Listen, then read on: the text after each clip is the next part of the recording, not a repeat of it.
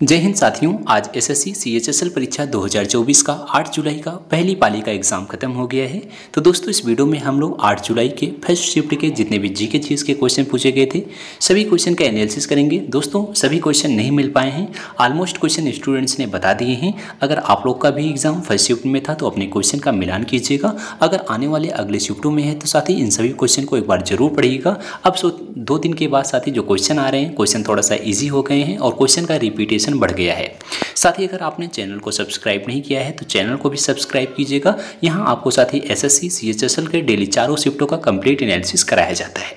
तो दोस्तों पहला क्वेश्चन आज पूछा गया था, जनगणना 2011 के अनुसार मुंबई के बाद दूसरा सबसे अधिक जनसंख्या वाला शहर कौन सा है। तो देखिए साथ ही रिपीटेड क्वेश्चन है, मुंबई के बाद दूसरा सबसे अधिक जनसंख्या वाला शहर पूछा गया था।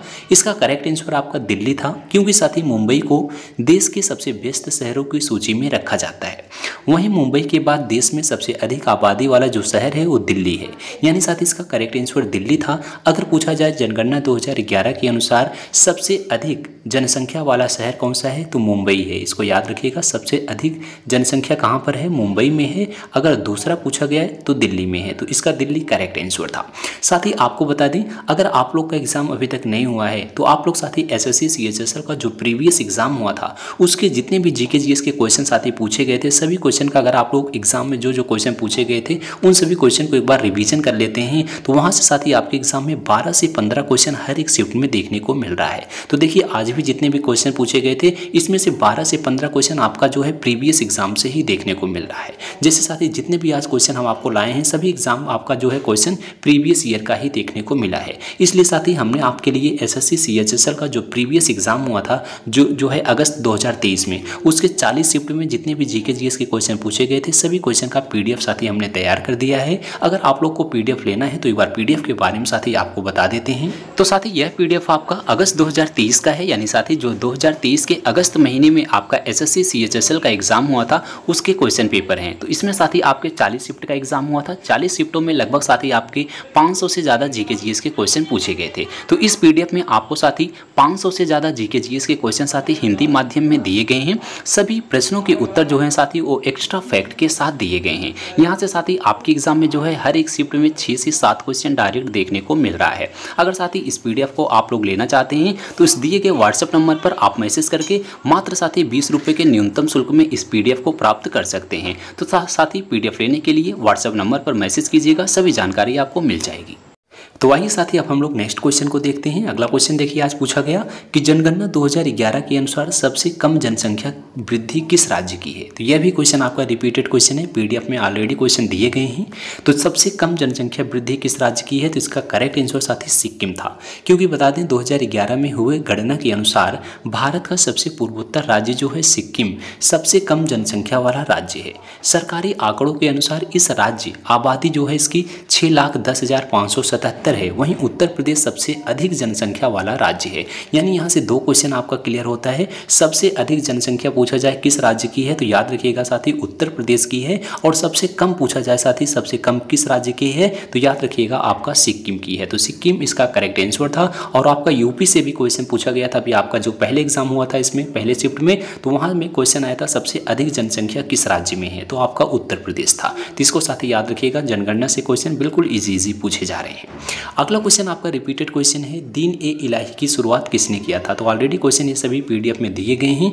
दीन ए इलाही की शुरुआत किसने की थी तो आपको बता दें दीन ए इलाही को 1582 ईस्वी में अकबर द्वारा प्रतिपादित किया गया था। इसे तौहीद ए इलाही के नाम से भी जाना जाता था। दीन ए इलाही को 1582 ईस्वी में अकबर द्वारा प्रतिपादित किया गया था। तो इसका जो राइट आंसर था साथी आपका अकबर बिल्कुल सही था, क्योंकि साथी अकबर ने इसे प्रतिपादित किया था। कब किया था 1582 में किया था। इसको साथी याद रखिएगा, 1582 में दीन ए इलाही की शुरुआत अकबर के द्वारा किया गया था। तो अकबर इसका करेक्ट आंसर था। नेक्स्ट क्वेश्चन आया था कि आर्य समाज का पुराना नाम क्या था। तो देखिए आर्य समाज का पहले का नाम पूछा गया है, इसका पुराना नाम क्या था तो आपको बता दें आर्य समाज जो है, आर्य समाज शाब्दिक रूप से नोबल सोसाइटी, यानी साथ ही आर्य समाज एक एकेश्वरवादी भारतीय हिंदू सुधारक आंदोलन है जो वेदों की अचूक प्रामाणिकता में विश्वास के आधार पर मूल्यों और प्रथाओं को बढ़ावा देता है। इस समाज की स्थापना 1870 के दशक में सन्यासी दयानंद सरस्वती ने की थी। अब यहाँ से आपके कई क्वेश्चन हम आपको बताते हैं। जैसे आर्य समाज का पुराना नाम पूछा गया था, नोबेल सोसाइटी इसका पुराना नाम था, तो इसको याद रख लीजिएगा। पहला क्वेश्चन आपका क्लियर हो गया। आर्य समाज का पुराना नाम नोबेल सोसाइटी था। आर्य समाज की स्थापना कब हुई थी? तो याद रखिएगा 1870 में आर्य समाज की स्थापना हुई थी। तो दूसरा क्वेश्चन आपका यहाँ से क्लियर हो गया। आर्य समाज की स्थापना कब हुई? 1870 ईस्वी में। किसने किया था? इसको मोस्ट इंपोर्टेंट क्वेश्चन है, याद रखिएगा साथी, दयानंद सरस्वती ने किया था। तीसरा क्वेश्चन आपका क्लियर हो गया। आर्य समाज का स्थापना किसने किया? दयानंद सरस्वती ने। कब किया? 1870 में। इसका पुराना नाम क्या था? नोबेल सोसाइटी था। नेक्स्ट क्वेश्चन साथी पूछा गया था, देखिए, दुनिया का एकमात्र तैरता हुआ राष्ट्रीय उद्यान किस झील में है? तो देखिए मोस्ट इंपोर्टेंट क्वेश्चन है, नया क्वेश्चन है।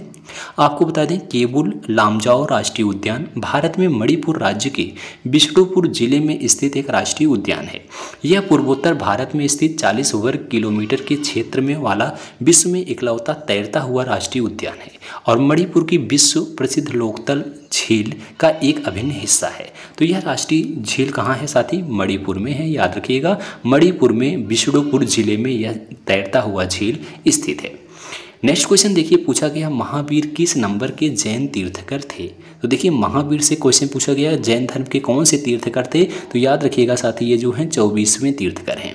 भगवान महावीर जैन धर्म के 24वें तीर्थकर हैं। ये मोस्ट इंपोर्टेंट क्वेश्चन है, क्वेश्चन बार बार पूछा जाता है।